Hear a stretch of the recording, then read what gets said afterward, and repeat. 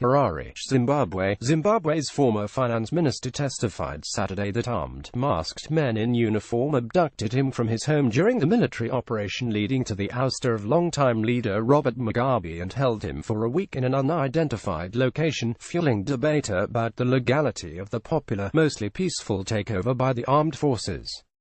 The account by Ignatius Chombo came a day after a High Court judge, a retired general, ruled that the military's actions last week, which commanders described as a move against criminals around Mugabe, were legal.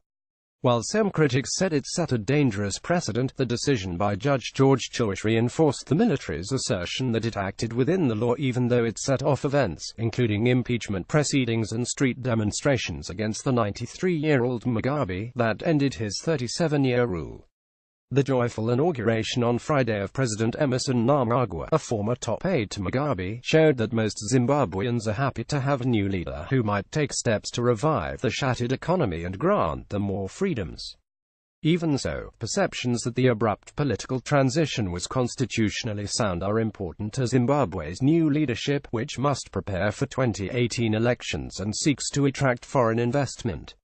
However, Chombo and two leaders of the ruling ZANU-PF party's youth league who said they were abducted by the military before being handed over days later to the police described experiences reminiscent of human rights violations that were a routine occurrence during Mugabe's rule. The three men have been linked to a party faction loyal to Mugabe's wife Grace, whose presidential ambitions triggered the military intervention. "I was in the custody of armed persons who were dressed in soldiers' uniforms," said Chombo, who has been charged with corruption. "I don't know where I was taken to." He described in court how the raid in the early morning of November 15 began with two explosions, one of which shook his home. Men entered his bedroom with AK-47 assault rifles pointed at him, his wife and his maid, then handcuffed and hustled him out of the house through a smashed living room window, blindfolding him with his own T-shirt, Chombo said.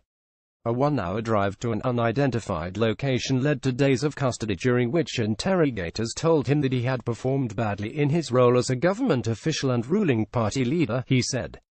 He said he was blindfolded most of the time and never saw his captors' faces.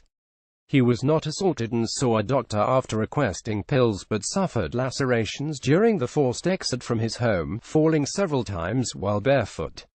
Several days ago, his captors told him to pack his things and they drove him home, he said.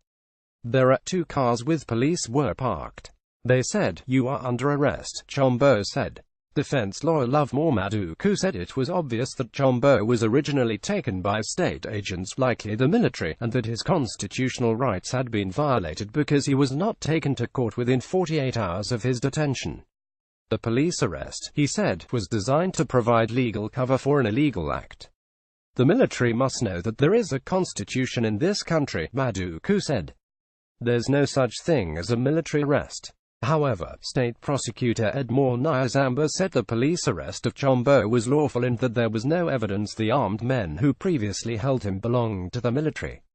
The detained youth leaders, Kuchinai Chipanga and Innocent Hamandish, have been accused of denigrating the military. All three men are now in police custody.